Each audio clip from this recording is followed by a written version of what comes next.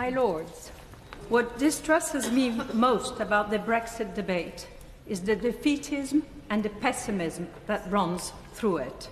It is for me a very un-British thing, the very opposite of what I have always admired about this country. We have behaved as if we were defeated from the start. If I have heard it once, I have heard it 100 times. The people did not know what they were talking about, what they were voting for. We are bound to be overwhelmed by a union of 27 nations. And after 40 years of membership, it is all too difficult to disentangle. These are the beliefs of those who refuse to accept the referendum result in defiance of our duty to implement it, as David Cameron and the leader of the opposition pledged at the time. These are the beliefs that propelled the demand for a second referendum. A referendum of unknown outcome, which would prolong uncertainty and deepen still further the rift in our society. I know some of you say that it is unfair that young people did not vote, but there will always be young people. So next referendum, then we can say in 2 years' time the next generation also did not vote. I think it would be a national catastrophe. The defeatism and the lack of self-confidence have, I regret to say, contaminated the agreement itself. They have been the worm in the apple of negotiation. No wonder that it is so difficult for some people to support the withdrawal agreement and the political declaration. They fall far short of the mandate given to the government and Parliament by the referendum results. The worst thing about this agreement, which many here have pointed out, is the open-ended backstop. The Attorney General has confirmed it. No self-respecting nation, independent for 1,000 years, can and should accept indefinite subordination to a foreign authority. The government and the EU tell us to take the deal because it is the only one on offer. But there is always another one on offer if we're more self-confident, recognize the EU's manifest weakness, and deploy the stick and carrot of skillful negotiation. To say it is impossible before even trying is sheer defeatism. We're told that no one has come up with an alternative, but the landscape is littered with alternatives. They have just not been entertained by the government. But do you know, my Lords, what worries me most is the fact that if we do approve this deal, the 17.4 million people who voted to leave will feel that they have been cheated. I dread to think what their reaction will be.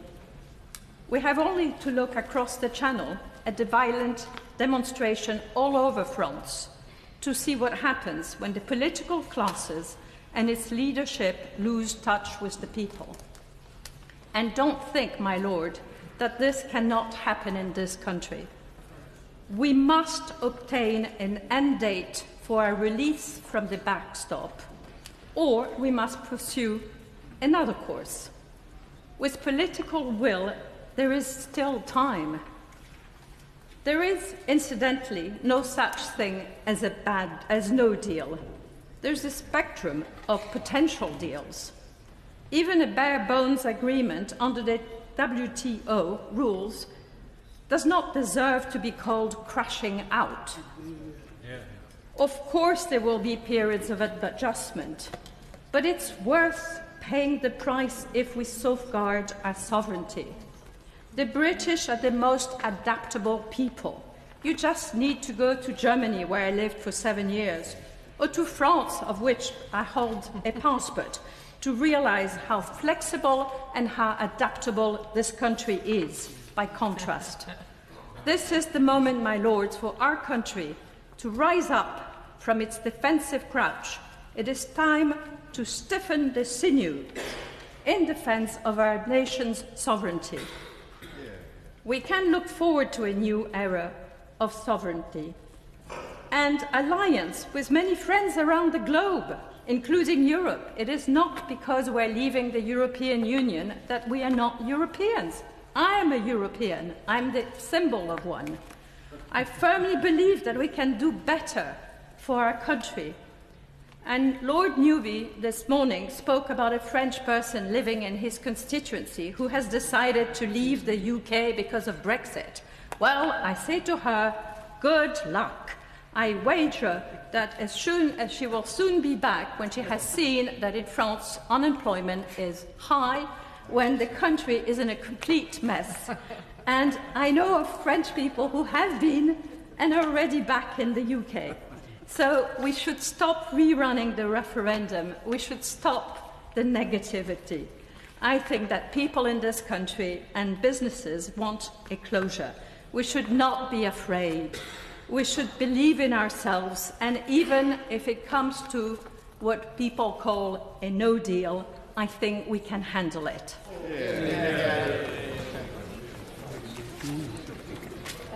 My Lords, I'm going to talk about free movement, and I want to do so in part because the ending of free movement once and for all, as the Prime Minister puts it, is arguably the most emphatic and oft-repeated point she has been making in trying to sell her deal to the country. Yet, in doing so, the Prime Minister commits the sin of omission. Of course, her line, ending free movement once and for all, is one that is intended to play not to the whole country, but to a specific and up to now less quiet audience. What she omits to draw attention to is the movement of people in the other direction, into the rest of Europe, because any curbs to movement we place on those coming into the country will have to be reciprocated. And the stronger her rhetoric for curbing immigration, the stronger her rhetoric ought to be for any British person moving the other way. And that, of course, cannot be part of her selling pitch. Yet the effects will be severe limitations placed on such movement, in particular on our service industries, including the creative sector, which the noble Baroness has already referred to, as well as the severe limitations put on opportunities for young people to travel, work and study in Europe. My Lords,